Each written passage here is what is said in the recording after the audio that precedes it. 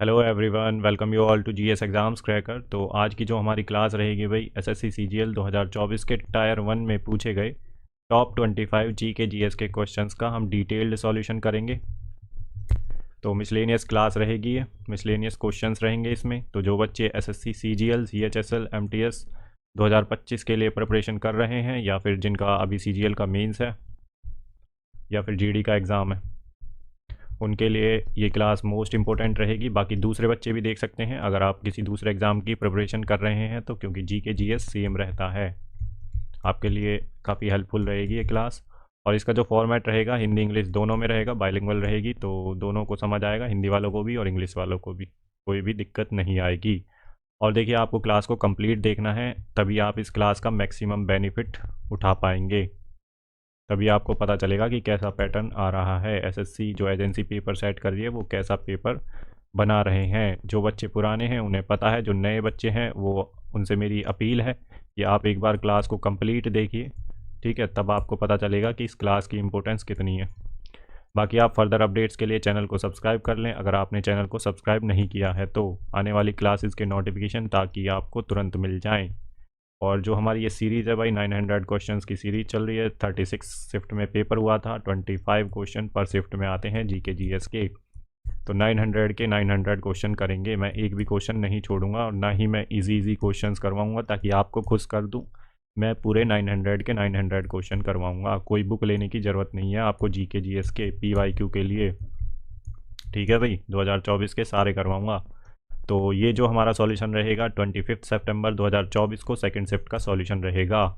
बाकी आप मुझे फॉलो कर सकते हैं टेलीग्राम पे, जीएस एग्ज़ाम्स क्रैकर के नाम से ही टेलीग्राम है, और आप इस चैनल को सब्सक्राइब कर लें यूट्यूब पर भी और टेलीग्राम को फॉलो कर लें ताकि क्लासेस का जो नोटिफिकेशन है यहाँ भी आपको मिल जाए, ठीक है भाई। और आप क्वेश्चंस को मेरे साथ लगाने का ट्राई करिए, मॉक टेस्ट की तरह इसे लगाइए और बताइए कमेंट सेक्शन में आपका कितना स्कोर आया है 25 में से, ठीक है भाई। तो चलिए स्टार्ट करते हैं अपना पहला क्वेश्चन। तो हमारा पहला क्वेश्चन क्या कह रहा है, देखो क्वेश्चन नंबर 1 कह रहा है, which article of Indian constitution provides for protecting and improving the environment and safeguarding forest and wildlife. तो भारतीय संविधान का कौन सा अनुच्छेद पर्यावरण की रक्षा और सुधार तथा वनों और वन्य जीवों की सुरक्षा के लिए प्रदान करता है। तो आपको बताना है ये किस आर्टिकल की बात कर रहा है। प्रोटेक्टिंग, इम्प्रूविंग, ऐसे कीवर्ड्स पे आपको फोकस करना है। Environment and safeguarding the forest and wildlife, तो ये DPSP का पूछ रहा है किस आर्टिकल में है ये। तो ये है article 48A। Option third is the right answer, अनुच्छेद 48A। अब हम दूसरे आर्टिकल्स के बारे में देख लेते हैं, पूछने के चांस हैं, वो पूछ सकता है DPSP, और फंडामेंटल ड्यूटीज़ पे काफ़ी ज़्यादा फोकस है एग्जामिनर का। तो देखिए आर्टिकल 47 क्या कह रहा है, to raise the level of nutrition and the standard of living of people and to improve public health. तो और देखिए इसमें आगे क्या कह रहा है, ये तो एक पार्ट है, इसके अलावा देखिए prohibit consumption of intoxicating drinks and drugs that are injurious to health. तो अनुच्छेद 47 जो कह रहा है, लोगों के पोषण स्तर और जीवन स्तर को बढ़ाना, सार्वजनिक स्वास्थ्य में सुधार करना और स्वास्थ्य के लिए हानिकारक नशीले पेय और दवाओं के सेवन पर प्रतिबंध लगाएं। तो ये आर्टिकल 47 कह रहा है, ठीक है भाई।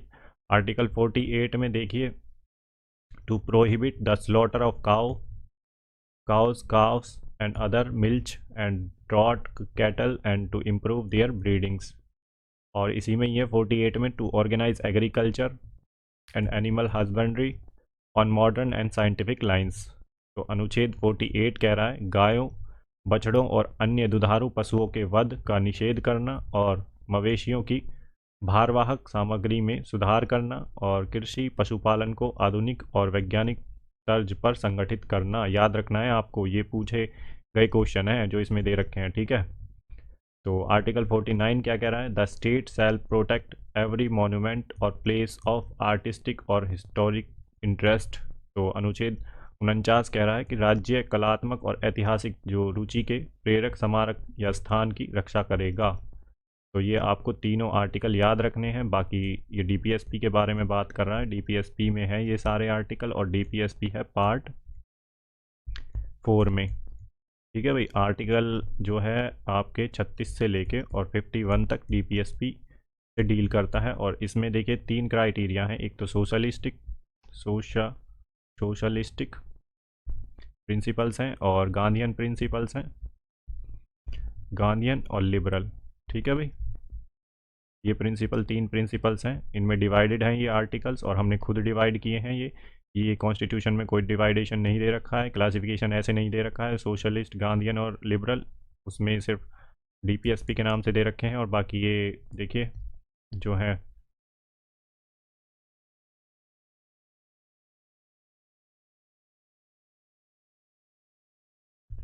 नॉन जस्टिसेबल हैं, जस्टिसेबल, इनके वियोलेशन पे आप सीधा कोर्ट में नहीं जा सकते। ठीक है, बाकी ये फंडामेंटल्स हैं डीपीएसपी। गवर्नमेंट अगर कोई लॉ बनाएगी तो इन प्रिंसिपल्स को ध्यान में रख के ही बनाएगा, स्टेट जो लॉ बनाएगा। ठीक है भाई, ये फंडामेंटल्स हैं लॉ बनाने के लिए। ठीक है, चलिए नेक्स्ट क्वेश्चन देख लेते हैं अपना, क्वेश्चन नंबर 2। तो ये सारे जो आर्टिकल्स हैं ना बाकी के वो आए हुए हैं। तो according to the Mendeleev's periodic table which elements properties matched up remarkably well with eka silicon. तो एका सिलिकॉन से कौन सा आर्टिकल मैच करता है, कौन सा जो है इसमें से दे रखा है एलिमेंट वो मैच करता है। तो मेंडलीव की आवर्त सारणी के अनुसार किन तत्वों के गुण एका सिलिकॉन के साथ उल्लेखनीय रूप से अच्छी तरह मेल खाते हैं। तो आपको बताना है इनमें से एका सिलिकॉन के साथ किस एलिमेंट की जो प्रॉपर्टी है वो मैच करती हैं। तो वो है germanium. Option 4 is the right answer. अब आपसे देखिए एग्ज़ाम में पूछ सकता है दूसरे के बारे में भी, 2 और हैं, इनको याद रख लें। एका एल्यूमिनियम, तो इसकी प्रॉपर्टी है सेम गैलियम की तरह, और एका बोरॉन ये आए हुए हैं स्कैंडियम। तो इतना आपको ध्यान रखना है दोनों के बारे में। बाकी जो मेंडलीव की पीरियोडिक टेबल है ये 1869 में दी थी, और 63 एलिमेंट हैं। और किस पे बेस्ड है ये, इंक्रीजिंग एटॉमिक मास, एलिमेंट का जो इंक्रीजिंग एटॉमिक मास है उस पर बेस्ड है ये, एटॉमिक मास या एटॉमिक वेट। ठीक है, इसमें जो कॉलम्स में होते हैं ऐसे वर्टिकल होते हैं, ये कॉलम्स होते हैं, कॉलम्स और ग्रुप्स में होते हैं, और जो ऐसे हॉरिजॉन्टल लाइंस में होते हैं तो ये होते हैं पीरियड्स में। इनकी पीरियोडिक टेबल में 63 एलिमेंट थे उस टाइम पे। तो और जो सिमिलर प्रॉपर्टीज़ हैं वो देखिए सेम कॉलम में, दूसरे कॉलम में सेम जगह पर प्लेस किए जाएंगे जिनकी प्रॉपर्टी सेम होती है एलिमेंट्स की। ठीक है, तो इतना ध्यान रखना है आपको। तो एका सिलिकॉन जर्मेनियम, एका एलुमिनियम गैलियम, एका बोरॉन स्कैंडियम। ठीक है, ईयर थोड़ा याद रख लें, पूछ सकता है एग्ज़ाम में। तो और बाकी किस पे बेस्ड है, based on increasing atomic mass of element. तो चलिए नेक्स्ट क्वेश्चन देख लेते हैं अपना। तो क्वेश्चन नंबर 3 क्या कह रहा है, देखो। The Atal innovation mission was launched in year. तो अटल इनोवेशन मिशन किस वर्ष में शुरू किया गया था। तो ऐसा क्वेश्चन देखिए पूछता है, पिछली शिफ्ट में भी एक क्वेश्चन पूछ रखा है ऐसा। तो ये एग्जामिनर का भाई माइंडसेट ऐसे पकड़ना है आपको कि योजना दे दी और उसका ईयर पूछ लेगा कब ये लॉन्च हुई। ठीक है, कोई फेमस सी योजनाओं के बारे में पूछेगा, ऐसे नहीं पूछेगा छोटी मोटी योजनाओं के बारे में। ठीक है, ईयर हमेशा उस योजना का पूछेगा जो बहुत ज़्यादा फेमस है, योजना काफ़ी बड़े स्केल पर की गई है। तो अटल इनोवेशन जिसका जिक्र ना न्यूज़ में काफ़ी रहता है, तो वो उस योजना के बारे में पूछता है। और आज से देखिए ये जो योजना आई थी अटल इनोवेशन मिशन, तो ये आया था 2016 में। Option 2 is the right answer. अब देखिए आप, आज है 2025 चल रहा है, मैं जनवरी में इसका रिकॉर्ड कर रहा हूँ लेक्चर को, 2024 का ये एग्ज़ाम है। ठीक है, सितंबर में एग्ज़ाम हुआ है, सितंबर अक्टूबर में। और देखिए अब इसने योजना कौन सी पूछ ली है, 2016 की। तो ये फेमस योजना थी, काफ़ी ज़्यादा इसका जिक्र था अटल इनोवेशन मिशन का। ठीक है, तो ये योजना 2016 में आई थी। अब हम थोड़ा सा देख लेते हैं अटल इनोवेशन मिशन के बारे में। पहले इसे मैं कर देता हूँ जो ये डिलीट, जो ये लिखा हुआ है। तो अटल इनोवेशन मिशन जो है लॉन्च किया गया था 2016 में, किसके द्वारा? तो नीति आयोग के द्वारा। गवर्नमेंट का पॉलिसी थिंक टैंक है नीति आयोग। और इसका गोल है, जो इस योजना का goal is to promote innovation and entrepreneurship. तो इनोवेशन और एंटरप्रेन्योरशिप को बढ़ाना अक्रॉस इंडिया बाय क्रिएटिंग, कैसे इकोसिस्टम क्रिएट करे जाएंगे इसमें, that encourage innovation at school level, university level और रिसर्च इंस्टीट्यूशन में, एंड इंडस्ट्री लेवल। तो यहाँ पे इंडस्ट्री लेवल पे भी किया जाएगा, इनोवेशन एनकरेज करेंगे, ऐसे इकोसिस्टम तैयार किया जाएगा। तो some of the programs under the जो है अटल इनोवेशन मिशन, देखिए इसमें क्या क्या किया गया है। तो अटल टिंकरिंग लैब बनाई गई है, अटल इंक्यूबेशन सेंटर्स बनाए गए हैं, अटल कम्युनिटीज़ इनोवेशन सेंटर्स बनाए गए हैं। तो इस योजना का आपको ध्यान रखना है, जो अटल इनोवेशन मिशन है, इनोवेशन से ही आपको पता लग रहा होगा कि इसमें इनोवेट करी जाएंगी चीज़ें, ठीक है, एंटरप्रेन्योरशिप को बढ़ावा दिया जाएगा। तो ये आपको ध्यान रखना है, ये थोड़ा सा आप पढ़ लें, जो मैंने यहाँ पे दे रखा है ये हिंदी में, ठीक है भाई। बाकी मोस्टली आपको इसका जो ईयर है वो याद रखना है, ठीक है। आप मुझे बताएंगे प्रधानमंत्री जन धन योजना कब आई थी, तो ये आप मुझे कमेंट सेक्शन में बताएंगे, ठीक है भाई। तो डियर लर्नर्स, नेक्स्ट क्वेश्चन देख लेते हैं अपना, question number 4। Ishwari Prasad is credited to have introduced the gharana of Kathak. तो ईश्वरी प्रसाद को कथक के किस घराने की शुरुआत करने का श्रेय दिया जाता है? तो किसने करी थी कौन से घराने की शुरुआत करी थी ईश्वरी प्रसाद ने? तो इन्होंने देखिए लखनऊ घराने की शुरुआत करी थी। तो option 4 is the right answer. तो ये ध्यान रखना है आपको, ऐसे भी पूछ लेगा ईश्वरी प्रसाद एसोसिएटेड विद, तो ऐसे मैच द फॉलोइंग में दे देगा, आपको ध्यान रखना है, ठीक है। नाम दे देगा, इधर नाम दे देगा पर्सनैलिटी का और इधर घराना दे देगा, ऐसे भी पूछ सकता है। और बाकी इन्होंने ऐसे पूछ लिया है किसने इंट्रोड्यूस किया था, ऐसे भी याद रखना है। तो बस एसोसिएशन ध्यान रखना है, ईश्वरी प्रसाद लखनऊ घराना, ठीक है भाई। बाकी दूसरे घरानाज के बारे में देख लेते हैं। देखो, उस्ताद अलादिया खान जो थे फाउंडर थे जयपुर अतरौली घराना के, इसको जयपुर घराना के नाम से भी जाना जाता है, उस्ताद अलादिया खान। तो उस्ताद अलादिया खान ने जयपुर अतरौली घराने की स्थापना की, जिसे जयपुर घराना भी कहा जाता है। तो ये ध्यान रखना है डियर लर्नर्स, ठीक है।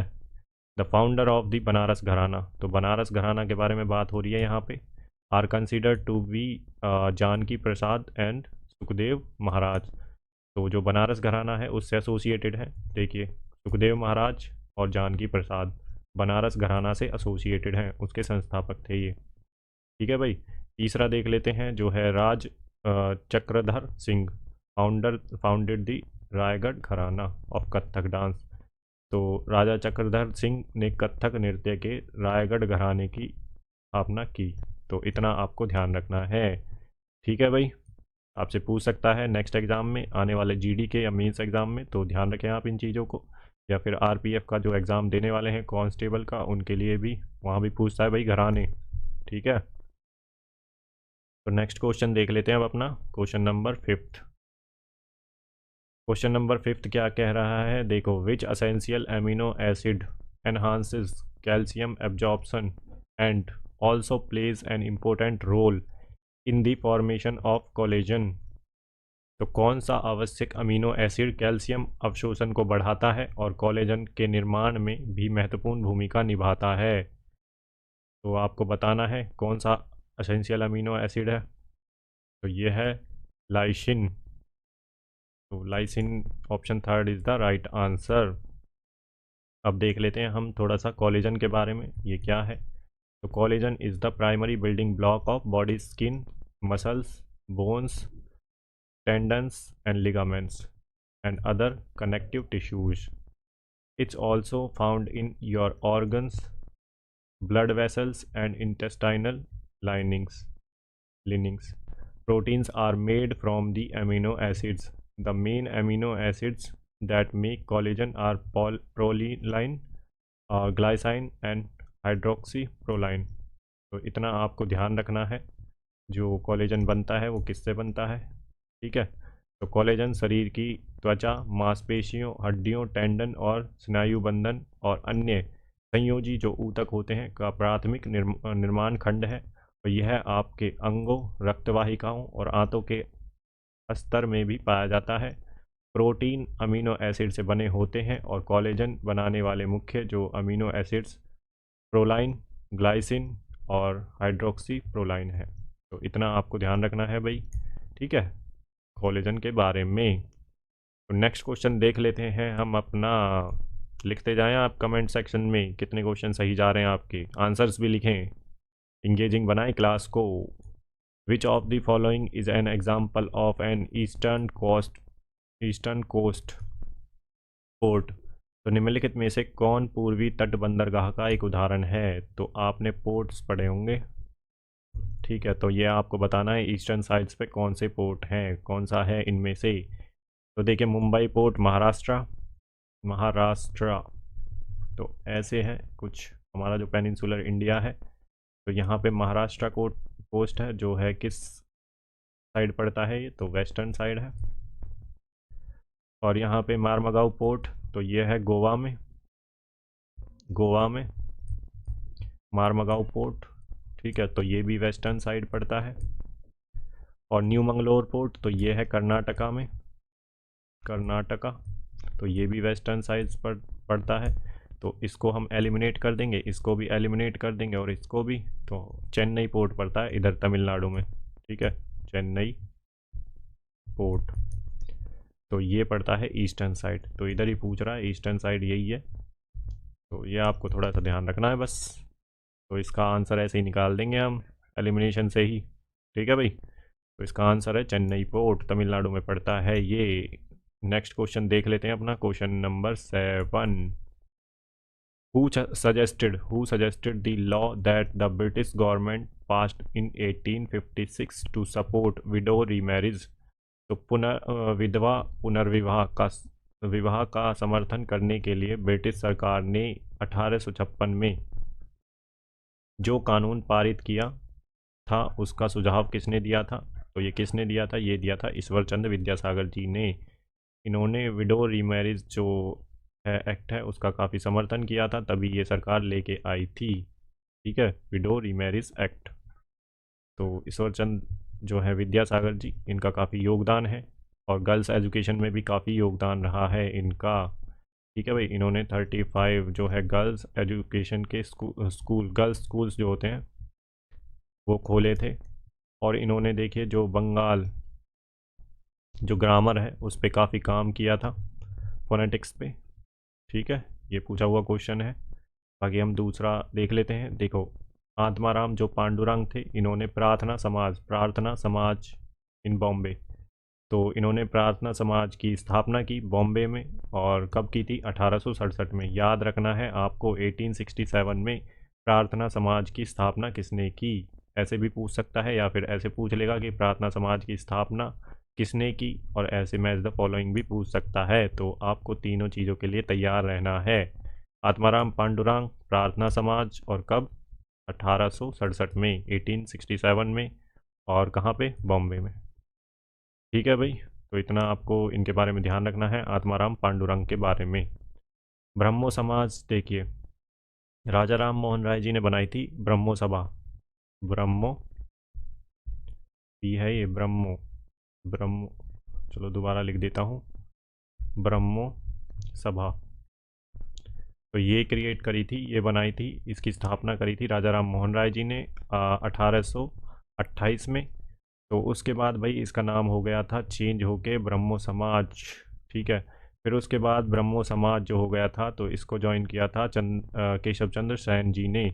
तो केशव चंद्र सेन ने जब ज्वाइन किया था तो ये अलग हो गए थे जो ब्रह्मो समाज था उससे, तो इन्होंने इसका नाम रख दिया था ब्रह्मो समाज ऑफ इंडिया, ठीक है। ये इन्होंने स्थापना की थी इसकी 1866 में, 1866 में, after breaking away from the Brahmo Samaj, जो मेन ब्रह्मो समाज था उससे अलग होके तब इन्होंने ये बनाया था ब्रह्मो समाज ऑफ इंडिया 1866 में, 1866 में।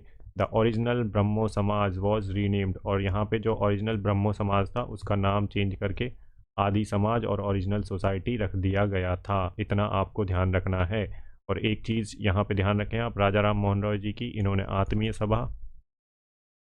आत्मीय सभा की स्थापना करी थी 1814 में, ठीक है, इतना भी ध्यान रखें, ये दोनों क्वेश्चन पूछे गए हैं। ठीक है भाई, तो यहाँ मैंने हिंदी में दे रखा है, आप एक बार पढ़ लें और चीज़ें मैंने आपको समझा दी हैं। नेक्स्ट क्वेश्चन देख लेते हैं, क्वेश्चन नंबर हमारा 8। क्वेश्चन नंबर 8 क्या कह रहा है? In 2022 Vinay Mohan Kwatra took charge as the foreign secretary of India.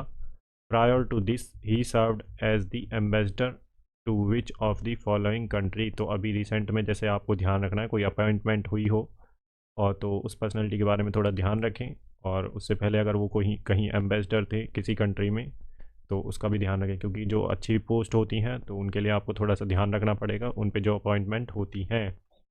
तो 2022 में विनय मोहन कात्रा ने भारत के विदेश सचिव के रूप में कार्यभार संभाला। इससे पहले उन्होंने निम्नलिखित में से किस देश के राजदूत के रूप में कार्य किया? तो कहाँ पे किया था आपको बताना है, बताइए आप। भूटान, श्रीलंका, नेपाल, मालदीव। तो इन्होंने किया था नेपाल में। ठीक है, इससे पहले नेपाल के एम्बेसडर रहे थे। नेक्स्ट क्वेश्चन देख लेते हैं अपना, question number 9। An organic reaction used to convert an aryl diazonium salt into aryl halide using a copper halide catalyst is called. तो कॉपर हैलाइड उत्प्रेरक का उपयोग करके एक एरिल डायजोनियम नमक को एरिल हैलाइड में परिवर्तित करने के लिए उपयोग की जाने वाली कार्बनिक जो है प्रतिक्रिया को क्या कहा जाता है? तो क्या कहते हैं उसे? तो उसे कहते हैं सैंडमेयर रिएक्शन। इतना आपको ध्यान रखना है इस जो रिएक्शन के बारे में। ठीक है भाई, अब हम थोड़ा सा देख लेते हैं जो है बाल्स कीमन जो रिएक्शन है, is a chemical reaction that converts a primary aromatic amino into aryl fluoride. तो ये आपको ध्यान रखना है। और देखिए जो है ये फिंकेल्स्टीन रिएक्शन जो है, इसमें क्या है? Is a chemical reaction that converts an alkyl halide into alkyl iodide. तो फ्रैंकलिस्टिन जो रिएक्शन है, इसमें आपको ध्यान रखना है, ये कन्वर्ट करती है एल्काइल जो है हैलाइड है इनटू एल्काइल आयोडाइड में। तो ये आपको दोनों याद रखनी है, पूछ सकते हैं ये वाली रिएक्शन और ये वाली रिएक्शन, ये तो पूछी भी जा चुकी है कई बार एग्जाम में। ठीक है, ब्लेस-कीमैन रिएक्शन, और इसको भी आप थोड़ा सा ध्यान रख लें। चलिए नेक्स्ट क्वेश्चन देख लेते हैं अपना, question number 10। Pulakeshin second assumed the title of Dakshin Pathashwara, तो lord of the south, Dakshina Patheshwara lord of the south after defeating which of the following rulers of north India. तो पुलकेशिन द्वितीय ने उत्तर भारत के निम्नलिखित शासकों में से किसे हराने के बाद दक्षिण पथेश्वरा दक्षिण के स्वामी की उपाधि धारण की? तो इन्होंने हराया था, हर्षवर्धन था जो पुष्यभूति डायनेस्टी के थे, पुष्यभूति डायनेस्टी के थे ये, डायनेस्टी। ठीक है, इतना आपको ध्यान रखना है, ये हर्षवर्धन को इन्होंने हराया था, तब इन्होंने ये दक्षिणापथेश्वर का जो टाइटल है वो अपने को दिया था। बाकी देखिए जो पुष्यभूति के डायनेस्टी के जो फाउंडर थे वो थे प्रभाकर वर्धन, माना जाता है प्रभाकर वर्धन को ही, प्रभाकर वर्धन। ठीक है, ये पुष्यभूति डायनेस्टी के फाउंडर थे प्रभाकर वर्धन। फिर उसके बाद आए थे राज्यवर्धन, राज्यवर्धन हर्षवर्धन के भाई थे ये। फिर उसके बाद आए थे हर्षवर्धन। ठीक है भाई, और रुद्रसेना सेकंड किस डायनेस्टी कहते हैं? तो ये है वेस्टर्न सत्रप्स, जिसे बोलते हैं वेस्टर्न सत्रप्स। डायनेस्टी का नाम ध्यान रखना है आपको, रूलर का और डायनेस्टी का। जो रुद्रसेना सेकंड थे वो वेस्टर्न क्षत्रप्स ध्यान रखना है आपको, क्षत्रप्स जो डायनेस्टी थी। ठीक है, वेस्टर्न क्षत्रप्स। और बाकी ध्रुव सेना जो सेकंड थे ये थे इसके मैत्रकाज। तो ध्रुव सेना सेकंड मैत्रका डायनेस्टी से बिलोंग करते थे, इतना आपको ध्यान रखना है। प्रभाकर वर्धन, पुष्यभूति, हर्षवर्धन ये नॉर्थ इंडिया में थी जो पुष्यभूति डायनेस्टी आई थी। ठीक है, तो चलिए नेक्स्ट क्वेश्चन देख लेते हैं। 6 to 7 सेंचुरी में आई थी ये। ठीक है, गुप्ताज के बाद जो पुष्यभूति डायनेस्टी है। और पुलकेशिन सेकंड किस डायनेस्टी के थे ये भी आपको ध्यान रखना। तो ये चालुक्यास के थे, चालुक्यास, चालुक्यास। और इनकी कैपिटल कौन सी थी? तो ये थी बादामी, बादामी या आ सकता है बादामी या आ सकता है वातापी। ठीक है भाई। तो नेक्स्ट क्वेश्चन देख लेते हैं अपना। तो इसका जो आंसर है वो है हर्षवर्धन। नेक्स्ट क्वेश्चन देख लेते हैं, question number 11। In chess which of the following में मूव ओनली डायगोनली। तो शतरंज में निम्नलिखित में से कौन केवल तिरछे गति कर सकता है? तो आपने अगर थोड़ा बहुत भी चेस खेला हो तो आप इसके बारे में जानते हैं और आप इसका आंसर बड़े आसानी से निकाल सकते हैं। तो इसका आंसर है बिशॉप, जिसे हम ऊंट बोलते हैं, ऊंट, है ना। तो वो ऐसे डायगोनली चलता है भाई, ऐसे ऐसे खाने होते हैं। ठीक है, ये चेस का कुछ इस तरह से 8 इधर होते हैं, 8 इधर होते हैं, तो ऐसे 64 ऐसे होते हैं। तो ये ऐसे चलता है डायगोनली, तो इसे बोलते हैं बिशॉप। और जो नाइट होता है इसे बोलते हैं घोड़ा, जो 2.5 चाल चलता है, 2.5 चाल। ठीक है, ये आपको ध्यान रखना है भाई, मैं बिल्कुल हिंदी में बता रहा हूँ। नाइट को बोलते हैं घोड़ा, जो 2.5 चाल चलता है, यहाँ बैठा है, इधर इधर इधर यहाँ चलेगा, तो यहाँ से ऐसे भी चल सकता है और यहाँ से ऐसे भी चल सकता है। ठीक है, और ऐसे भी चल सकता है, तो 2.5 चाल चलता है ये घोड़ा। क्वीन किधर भी जा सकता है, रानी हो जो होती है। रॉक जिसे हम हाथी बोलते हैं, तो ये ऐसे रखा होता है, सीधा सीधा जाएगा, इधर जा सकता है। ठीक है, तो टोटल 64 जो हैं वो होते हैं खाने, जो होते हैं स्क्वायर्स जो होते हैं, इसमें 32 वाइट होते हैं और 32 ब्लैक होते हैं। ठीक है भाई, टोटल जो होते हैं इसमें जो 16 होते हैं, एक तरफ 16 और एक तरफ 16। ठीक है, तो इसका जो आंसर है वो है बिशॉप। तो अभी D Gukesh world champion, Gukesh जो है वर्ल्ड चैम्पियन बने हैं सबसे कम उम्र के 18 ईयर्स में ही।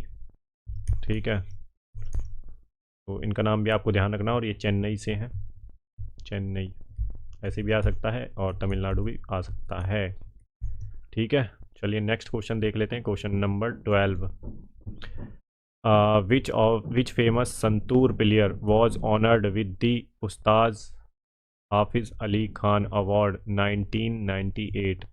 तो किस प्रसिद्ध संतूर वादक को 1998 में उस्ताद हाफिज़ अली खान पुरस्कार से सम्मानित किया गया था? तो ये आपको बताना है।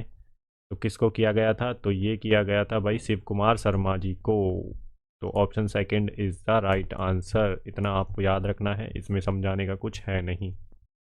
ईयर याद रखें, बाकी आप ईयर तो याद रखने की ज़रूरत नहीं है, बट ये याद रखें कौन सा अवार्ड मिला था। ठीक है, नेक्स्ट एग्ज़ाम में पूछ सकता है। नेक्स्ट क्वेश्चन देख लेते हैं अपना, क्वेश्चन नंबर 13। देखिए, match the points under column A with those under column B. तो स्तंभ ए के अंतर्गत बिंदुओं का स्तंभ बी के अंतर्गत बिंदुओं के साथ मिलान करें। तो कॉलम ए में डिजीज़ दे रखी है और कॉलम बी में ऑर्गेनिज्म रिस्पॉन्सिबल। तो किस ऑर्गेनिज्म की वजह से वो डिजीज़, वो बीमारी होती है, तो सेकंड में दे रखा है, तो आपको बताना है। तो मलेरिया, तो मलेरिया किससे होता है? तो ये होता है प्लाज्मोडियम से। और प्लाज्मोडियम जो है इसमें ऑर्गेनिज्म होता है प्लाज्मोडियम, और ये किसकी वजह से होता है? तो फीमेल एनाफ्लीज, फीमेल एनाफ्लीज जो मच्छर होता है, मॉस्कीटो, मॉस्कीटो जो होता है उसकी वजह से होता है, और इसमें प्लाज्मोडियम होता है, इसकी वजह से ये बीमारी होती है। अब हम देख लेते हैं, अगर हमें ये पहला वाला पता है, बाकी हमें कोई आइडिया नहीं है किसी का भी, तो देखिए कैसे निकालते हैं। देखो, पहले में बी है तो हमारा ये, हम इसे नहीं मानेंगे। पहले में डी, हाँ ये सही है। देखते हैं अब दूसरे किसी ऑप्शन में पहले में डी तो नहीं है पहले का, तो इसमें भी नहीं है, इसमें भी नहीं है, तो यही आंसर हमारा सही है। ऐसे एलिमिनेट करते हैं इन वाले ऑप्शंस को। एग्जामिनर बनाता ही ऐसे ऑप्शन है जो एलिमिनेट हो जाएं, अगर आपको एक ही पता है तो भी एलिमिनेट हो जाएगा। ठीक है भाई, तो इसका जो आंसर है वो है सेकंड। बाकी दूसरा देख लेते हैं हम इसमें, डायरिया।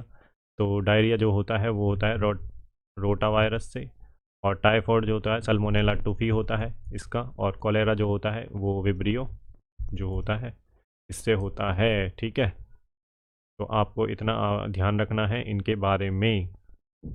ठीक है भाई, तो चलिए नेक्स्ट क्वेश्चन देख लेते हैं। बहुत ईजी होते हैं ये क्वेश्चन, एग्जामिनर बनाता ही ऐसे है कि सारे एलिमिनेट हो जाएं, एक ही आंसर, एक से ही आपका आंसर निकल जाएगा। तो नेक्स्ट क्वेश्चन देख लेते हैं अपना, question number 14। In 1910 the United India House of at Seattle USA was set up by the. तो 1910 में संयुक्त राज्य अमेरिका के सियाटल में यूनाइटेड इंडिया हाउस की स्थापना किसके द्वारा की गई? तो किसके द्वारा की गई थी भाई 1910 में संयुक्त राज्य अमेरिका में यूनाइटेड इंडिया हाउस की स्थापना? तो बताइए आप। तो ये की गई थी भाई तारकनाथ दास और GD Kumar. Option second is the right answer. Taraknath Das and GD Kumar, यहाँ पे कन्वर्ट हुआ नहीं है हिंदी में, तो मैं आपको बता देता हूँ इनका नाम है तारकनाथ दास और जीडी कुमार हिंदी वालों के लिए। ठीक है भाई। बाकी देखिए दूसरा जो है इनके बारे में भी देख लेते हैं, वीडी सावरकर और गणेश के बारे में। देखिए विनायक दामोदर सावरकर इनका नाम था and his brother Ganesh Damodar Savarkar, इन्होंने स्थापना करी थी अभिनव भारत सोसाइटी। काफ़ी पूछा हुआ क्वेश्चन है, ये कई बार रिपीट हो चुका है। Also known as young Indian society 1904 में। तो अभिनव भारत सोसाइटी की स्थापना 1904 में विनायक दामोदर सावरकर और उनके भाई गणेश दामोदर सावरकर ने की थी। और ये सोसाइटी थी जो the society was a secret organisation that worked for Indian independence during the Indian war of independence. The society was originally called Mitra Mela and was founded in Nashik. तो इतना आपको ध्यान रखना है। तो विनायक दामोदर सावरकर और उनके भाई गणेश दामोदर सावरकर ने 1904 में अभिनव भारत सोसाइटी की स्थापना की, जिसे यंग इंडिया सोसाइटी के नाम से भी जाना जाता है। यह समाज एक गुप्त संगठन था जिसने भारतीय स्वतंत्रता संग्राम के दौरान भारतीय स्वतंत्रता के लिए काम किया था। समाज को मूल रूप से मित्र मेला कहा जाता था और नासिक में इसकी स्थापना हुई। तो इतना आपको ध्यान रखना है भाई। ठीक है। और देखिए खुदीराम बोस और प्रफुल्ला चाकी जो थे, इन्होंने attempt to assassinate magistrate Douglas Kingsford of Calcutta in Muzaffarpur Bihar 1908 में इन्होंने किंग्सफोर्ड को मारने का प्लान बनाया था, बट यहाँ पे इनकी मृत्यु नहीं हुई, इनकी जगह 2 लेडीज़ की मृत्यु हो गई। 2 लेडीज़, ठीक है, वुमेन्स की हत्या हो गई यहाँ पे। तो इसके लिए ये फेमस हैं खुदीराम बोस और प्रफुल्ला चाकी। नेक्स्ट क्वेश्चन देख लेते हैं अपना, क्वेश्चन नंबर 15। तो आप देखिए इंपॉर्टेंट पॉइंट को लिख भी सकते हैं, नहीं तो ऐसी कोई ज़रूरत भी नहीं है, आप 2 टाइम्स वीडियो को देख लें, क्लास को देख लें। ठीक है।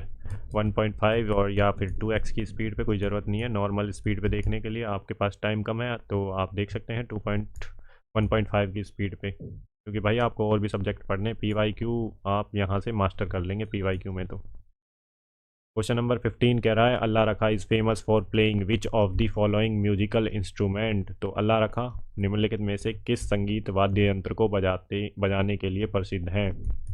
आपको ध्यान रखना है इनका अल्लाह रखा कई बार पूछा गया है ये क्वेश्चन। तो ये तबला वादक हैं, तबला के लिए फेमस हैं। बांसुरी के लिए हैं चौरसिया। कौन से चौरसिया हैं वो, नाम ध्यान नहीं आ रहा है मेरे को। हरिप्रसाद चौरसिया, हरिप्रसाद चौरसिया, चौरसिया इनका नाम आपको ध्यान रखना है। बांसुरी से एसोसिएटेड है ये, फ्लूट से। ठीक है भाई। और सैन्य घराना से, सैन्य घराना से इनका संबंध है। ठीक है। तो चलिए नेक्स्ट क्वेश्चन देख लेते हैं अपना, question number 16। The record obtained by the measurement of earthquake is called a. तो भूकंप के माप द्वारा प्राप्त रिकॉर्ड को क्या कहा जाता है? तो क्या कहा जाता है उसे? तो उसे कहा जाता है सीज़मोग्राम, जो भी रिकॉर्ड प्राप्त किया जाता है। ठीक है भाई। तो option second is the right answer. तो इसमें सीज़मोलॉजी जो होता है, स्टडी होती है जो सीज़मिक वेव्स होती हैं, जो अर्थक्वेक होता है उसका जो है उसकी स्टडी को ही सीज़मोलॉजी बोलते हैं। और सीज़मिक वेव्स में देखिए जो ये वेव्स होती हैं मैकेनिकल वेव्स होती हैं, मैकेनिकल वेव्स। और देखिए ये प्राइमरी होती हैं, सेकेंडरी होती हैं, सरफेस वेव्स होती हैं, सरफेस वेव्स और बॉडी वेव्स।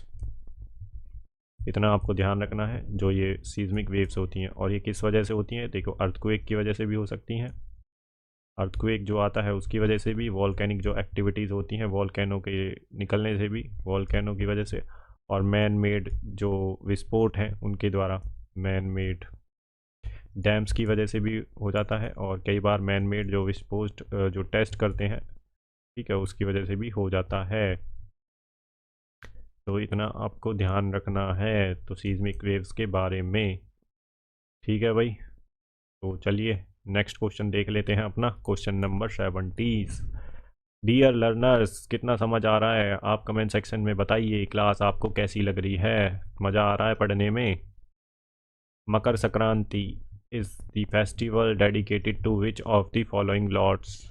तो मकर संक्रांति का जो फेस्टिवल है, त्यौहार है, जनवरी में जो आता है, निम्नलिखित में से किस भगवान को समर्पित है? तो 14 जनवरी को मकर संक्रांति होती है मोस्टली। ठीक है, तो किस भगवान को समर्पित है ये? तो सूर्य भगवान को समर्पित हैं। ठीक है भाई, तो इतना आपको ध्यान रखना है। तो हम जनवरी में ही हैं और मकर संक्रांति आने वाली है। ठीक है, हमारे यहाँ हरियाणा में लोकल लैंग्वेज में भाई इसे संक्रांत बोलते हैं, संक्रांत, है ना। आपके वहाँ भी लोकल नेम होगा इसका। तो चलिए नेक्स्ट क्वेश्चन देख लेते हैं, question number 18। What is the primary objective of the Micro, Small and Medium Enterprises Development Act of 2006 in India? तो भारत में सूक्ष्म लघु और मध्यम उद्योग विकास अधिनियम 2006 का प्राथमिक उद्देश्य क्या है? तो क्या है भाई इसका प्राथमिक उद्देश्य एमएसएमई का, माइक्रो स्मॉल मीडियम एंटरप्राइजेस का?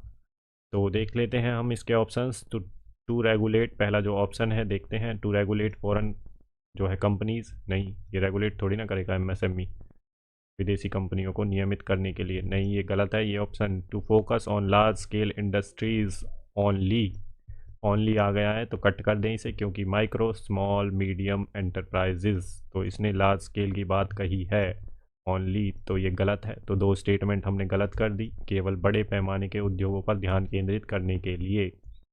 तो दो स्टेटमेंट हमने एलिमिनेट कर दी हैं। थर्ड देखते हैं, to increase import tariff to protect MSME, तो ये भी नहीं है।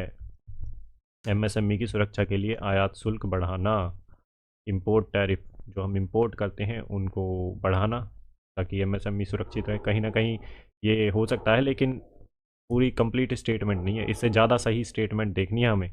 To promote and facilitate the development of MSME, तो ये बिल्कुल सही स्टेटमेंट है। तो ये जो तीनों ऊपर की स्टेटमेंट है, फर्स्ट सेकंड थर्ड, ये गलत है और फोर्थ स्टेटमेंट सही है, to promote and facilitate the development of MSME, तो एमएसएमई के विकास को बढ़ावा देना और सुविधाजनक बनाना, ये ही इस एक्ट में कहा गया है। ठीक है भाई, तो इसका जो आंसर है फोर्थ है, ये आप ध्यान रखें। नेक्स्ट क्वेश्चन पे चलते हैं हम अपने पे। तो क्वेश्चन नंबर 19 क्या कह रहा है? एनडीपी, तो एनडीपी का फॉर्मूला पूछ रहा है भाई ये। तो एनडीपी का फॉर्मूला है, बताइए आप, जीडीपी माइनस डेप्रिशिएशन। तो option first is the right answer. जो एनडीपी होता है, नेट डोमेस्टिक प्रोडक्ट बोलते हैं इसे, equals to gross domestic product minus depreciation on a country's capital goods. तो इतना आपको ध्यान रखना है। शुद्ध घरेलू उत्पाद सकल घरेलू उत्पाद के बराबर होता है, और जिससे देश की पूंजीगत वस्तुओं पर मूल्यह्रास घटाया जाता है। ठीक है भाई, एनडीपी का फॉर्मूला आपको याद रखना है, net domestic product. Next question देख लेते हैं अपना, question number 20। Which part of the Indian constitution deals with the election commission? तो भारतीय संविधान का कौन सा भाग चुनाव आयोग से संबंधित है? तो किस पार्ट में है? तो ये है पार्ट 15 के अंडर, ये पार्ट 15 है भाई। ठीक है, और इसमें आर्टिकल 324 से लेके 324 से लेके 329 तक दे रखा है। ठीक है, ये जो आर्टिकल 324 है से लेके 329 तक इलेक्शन कमीशन के बारे में दे रखा है, और पार्ट 15 के अंडर आता है, पार्ट 15। ठीक है, option first is the right answer. ठीक है, और ये है पार्ट 11, इसमें देखिए सेंटर और स्टेट के रिलेशन के बारे में दे रखा है, सेंटर एंड स्टेट के रिलेशन के बारे में, ठीक है, अब कौन कौन से रिलेशन होते हैं? तो इसमें जो आर्टिकल हैं वो है 245 से लेके और 263 तक। ठीक है, तो यहाँ पे है लेजिस्लेटिव रिलेशंस, लेजिस्लेटिव जो रिलेशंस होते हैं वो हैं, ये है आर्टिकल 245 से लेके और 255 तक। ठीक है, इसके अलावा एडमिनिस्ट्रेटिव जो रिलेशंस होते हैं, एडमिनिस्ट्रेटिव रिलेशंस, तो ये कितने आर्टिकल में है रिलेशंस? तो ये है आर्टिकल 256 से लेके 263 तक। ठीक है भैया, इतना ध्यान रखना है आपको। दो तरीके के इसमें रिलेशन है सेंटर स्टेट के बीच में, लेजिस्लेटिव और एडमिनिस्ट्रेटिव। बाकी देखिए पार्ट 12 में, ये है पार्ट 12। तो पार्ट 12 में क्या है, तो इसमें भी रिलेशन है। तो कौन से रिलेशन है, फाइनेंशियल रिलेशन है। फाइनेंशियल रिलेशन स्टेट और सेंटर के बीच में, स्टेट और सेंटर के बीच। तो इसका जो आर्टिकल है 268 से लेके और 293 तक है। तो इतना आपको ध्यान रखना है। फाइनेंशियल रिलेशन है 268 से लेके 293 आर्टिकल। ठीक है, ये फाइनेंशियल जो रिलेशन है सेंटर स्टेट के। पार्ट 4 में देखिए डीपीएसपी दे रखा है, डीपीएसपी। तो पार्ट जो है 4th डीपीएसपी से रिलेटेड है, और इसमें जो आर्टिकल है 36 से लेके 51 आर्टिकल तक हैं। इतना आपको ध्यान रखना है डियर लर्नर्स, डियर एस्पिरेंट्स। ठीक है, तो आपको याद रखना है। इससे पहले, इसके बाद जो आता है 4th ए, वो भी ध्यान रखना है आपको। डीपीएसपी के बाद आती है फंडामेंटल ड्यूटीज़। तो इसका आर्टिकल है 51 ए। ठीक है भाई, और ये कब ऐड किया गया था, तो ये जो पार्ट आया था 4A, ये किया गया था 42nd कॉन्स्टिट्यूशन अमेंडमेंट एक्ट 1976 में। ठीक है, ओरिजिनली नहीं थी ये फंडामेंटल ड्यूटीज़ हमारे कॉन्स्टिट्यूशन में, ये हमने ऐड करी थी 42nd कॉन्स्टिट्यूशन अमेंडमेंट एक्ट 1976। और किस कमेटी के रिकमेंडेशन पे, तो ये करी थी हमने स्वर्ण सिंह कमेटी की रिकमेंडेशन पर, स्वर्ण सिंह कमेटी। और किस देश से इंस्पायर्ड होके, तो यूएसएसआर से इंस्पायर्ड होके हमने ली है ये फंडामेंटल ड्यूटीज़। ठीक है भाई, इतना आपको ध्यान रखना है। नेक्स्ट क्वेश्चन देख लेते हैं हम। तो इसे देख ले, इसे भी समझा देता हूँ मैं आपको, जो यहाँ पे दे रखा है। देखिए article 324 of the constitution provides that the power of superintendence, direction and control of elections to parliament, state legislature and office of president of India and office of vice president of India shall be vested in the election commission। तो जो election commission है, देखिए संविधान के अनुच्छेद 324 में यह प्रावधान है कि, याद रखना है, ये पूछा गया जो है आर्टिकल है, संसद द्वारा, संसद प्रावधान जो है कि संसद राज्य विधानमंडलों, भारत के राष्ट्रपति और पद और भारत के उपराष्ट्रपति पद के चुनावी जो है चुनावों के अधीक्षण, निर्देशन और नियंत्रण की शक्ति चुनाव आयोग में निहित है। तो ये जो है स्टेट लेजिस्लेचर के और जो पार्लियामेंट के जो चुनाव हैं वो, और भारत के जो राष्ट्रपति जी हैं उनका चुनाव और उपराष्ट्रपति जी का चुनाव इलेक्शन कमीशन करवाता है। बाकी जो सेल्फ लोकल बॉडीज़ हैं, सेल्फ जो पंचायत होते हैं, सेल्फ लोकल बॉडीज़, ठीक है, जो रूरल में और जो अर्बन में, अर्बन एरिया में जो म्यूनसिपैलिटीज़ का चुनाव होता है वो, और जो ये पंचायत का चुनाव होता है, इसे state legislature, state election commission करवाता है। स्टेट इलेक्शन कमीशन, ठीक है, करवाता है इसे। इतना आपको ध्यान रखना है। ठीक है भाई, तो चलिए नेक्स्ट क्वेश्चन देख लेते हैं अपना। Question number 21, Ghiyasuddin Balban has set up a department called Diwan Arz. तो गियासुद्दीन बलबन ने दीवान अर्ज नामक एक विभाग की स्थापना की। तो ये विभाग किससे एसोसिएटेड है, तो ये मिलिट्री डिपार्टमेंट है, दीवान अर्ज। ठीक है भाई, अब इसके साथ एक मिलता जुलता आपसे ये भी पूछ सकता है, मोहम्मद बिन तुगलक ने दीवान कोही, तो दीवान कोही डिपार्टमेंट किससे एसोसिएटेड है, तो ये एग्रीकल्चर से एसोसिएटेड है। और किसने बनवाया था ये, मोहम्मद बिन तुगलक ने बनवाया था ये डिपार्टमेंट, दीवान कोही। ठीक है भाई, एग्रीकल्चर डिपार्टमेंट से रिलेटेड है। तो नेक्स्ट क्वेश्चन देख लेते हैं। डियर लर्नर्स, क्या मज़ा आ रहा है कि नहीं आ रहा, बताओ भाई, कमेंट सेक्शन में लिखो, भर दो कमेंट सेक्शन को लिख लिख के अपने आंसरों से। ठीक है, बाकी हम क्वेश्चन तो एक भी नहीं छोड़ेंगे, चाहे कुछ भी हो जाए, और सारी चीज़ें यहीं याद करके जाएंगे। According to the census of India 2011, female adolescent in the age group of 10 to 19 years had a share of. तो भारत की जनगणना 2011 के अनुसार 10 से 19 वर्ष की आयु के वर्ग की महिला किशोरों का हिस्सा कितना था। तो कितना है 2011 के अनुसार, तो ये है 47.3%। याद रखना है आपको, डिक्टो किसी एग्ज़ाम में पूछ सकता है। अभी जो सेंसस होने वाला था 2021 में, उसको पोस्टपोन्ड करके 2024-25 के लिए कर दिया गया था। तो ये था 16th सेंसस। और जो 2011 में था ये था 11th सेंसस। ठीक है भाई। सेंसस की शुरुआत किसने की, तो बिगिनिंग करी थी लॉर्ड मायो ने। लॉर्ड मायो, इतना ध्यान रखना है। 1872 में पहला सेंसस आया था, फर्स्ट सेंसस, बट वो नॉन सिंक्रोनस था। नॉन सिंक्रोनस सेंसस था। ठीक है। उसके बाद 1881 में आया था। ठीक है। इसमें WC प्लॉडन, प्लॉडन, ठीक है, प्लाडन बोलते हैं इसे, प्लाडन इसके क्या थे, तो कमिश्नर थे। कमिश्नर थे इस टाइम पे जो कंडक्ट कराया जा रहा था ये जो सेंसस। और ये किस मिनिस्ट्री के अंडर आता है जो सेंसस आता है, ये आता है ministry of home affairs. Ministry of home affairs के अंडर आता है। ठीक है भाई, इतना आपको ध्यान रखना है। लॉर्ड मायो का नाम ध्यान रखें। ठीक है। और 16 सेंसस है ये। अब मुझे आप बताएंगे 1947 के बाद, आज़ादी के बाद हमारा ये कौन सा सेंसस है। 2011 वाला कौन सा था, और अभी 2021 में होगा जो होने वाला था, अभी पोस्टपोन कर दिया है 2024-25 के लिए। तो ये कौन सा सेंसस है आज़ादी के बाद। ठीक है। हर 10 साल में होता है ये, एवरी 10 ईयर। तो आप बताइए हिसाब लगा के कौन सा सेंसस था ये। ठीक है। तो नेक्स्ट क्वेश्चन देख लेते हैं अपना, क्वेश्चन नंबर 23rd।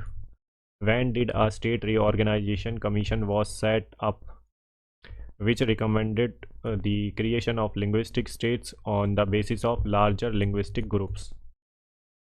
तो ये आपको बताना है। पुनर्राज्य पुनर्गठन आयोग का गठन कब किया गया, और जिसने बड़े भाषाई समूहों के आधार पर भाषाई राज्यों के निर्माण की सिफारिश की। तो रिकमेंडेशन करा था इसने, जो है creation of linguistic states on the basis of larger linguistic groups. तो ये भाई कब बना था जो है स्टेट रीऑर्गेनाइजेशन कमीशन, तो ये था दिसंबर 1953 में। इतना आपको ध्यान रखना है। ठीक है भाई। बाकी देखिए, जो स्टेट रीऑर्गेनाइजेशन कमीशन था, recommended creating linguistic states for major linguistic groups, इन्होंने रिकमेंड किया था। लेकिन जो स्टेट रीऑर्गेनाइजेशन कमीशन है also rejected the idea of one language one state. तो इन्होंने ये आइडिया रिजेक्ट कर दिया था कि वन लैंग्वेज होगा तो वन स्टेट होगा। तो ये वन लैंग्वेज वन स्टेट वाला जो आइडिया है ये रिजेक्ट कर दिया था इन्होंने। बाकी देखिए, द स्टेट रीऑर्गेनाइजेशन जो एक्ट है वो पास किया था नवंबर 1956 में, और divided the country into 14 states बने थे और 6 यूनियन टेरिटरी बनी थी। तो इतना आपको ध्यान रखना है। और पहला जो स्टेट बना था, फर्स्ट स्टेट जो बना था वो था आंध्र प्रदेश, लिंग्विस्टिक बेसिस पर। आंध्र प्रदेश। ठीक है, लिंग्विस्टिक बेसिस पर। ये आपको ध्यान रखना है भाई। पोती श्री राम उल्लू, तो इन्होंने भाई फास्ट एंड टू डेथ किया था यहाँ पे, तो इनकी मृत्यु हो गई थी। तो तब उसके बाद ये लिंग्विस्टिक स्टेट बना था। ठीक है। तो नेक्स्ट क्वेश्चन देख लेते हैं अपना, question number 24। Which of the following is associated with the retreating monsoon in India. तो निम्नलिखित में से कौन भारत में पीछे हटने वाले मानसून से जुड़ा हुआ है। तो ये आपको बताना है। तो ये है रिट्रीटिंग मानसून से अक्टूबर हीट। ठीक है भाई। तो ये जुड़ा हुआ है अक्टूबर हीट। यहाँ पे मानसून जो है बारिश होती है, रेन होती है सितंबर से लेकर नवंबर तक। जो यहाँ से ऐसे साउथ वेस्ट मानसून जाती है ना, साउथ वेस्ट मानसून जाएंगी, वो रिट्रीट होकर वापस आएंगी, यहाँ से मॉइस्चर उठाएंगी और पूरे इंडिया में भी बारिश करेंगे कुछ पार्ट में, और यहाँ पे तमिलनाडु के कोस्ट में भी बारिश करती हैं। ठीक है, जो यहाँ से साउथ वेस्ट मानसून जाती हैं। तो अब हम देख लेते हैं इन सब के बारे में, क्या है इनका जो है, जो ये टर्म दे रखी है यहाँ पे, तो इनके बारे में भी हमें देखना है। तो देख लेते हैं क्या है। तो Mahawat is the local name for the winter rainfall in India, is caused by western and northwestern cyclone disturbance। तो जो ये टर्म दे रखी है इसके बारे में है, which are low pressure system that originate over the Mediterranean Sea, occurs in north and northwestern region of India including Rajasthan. तो ये नॉर्थ और नॉर्थ वेस्टर्न इंडिया में होती है। ठीक है, सर्दियों में के टाइम में होती है ये, मेडिटेरेनियन सी से उत्पन्न होती हैं। तो काल बैसाखी ये आपको दे रखा है महावत, एक बार पढ़ लें।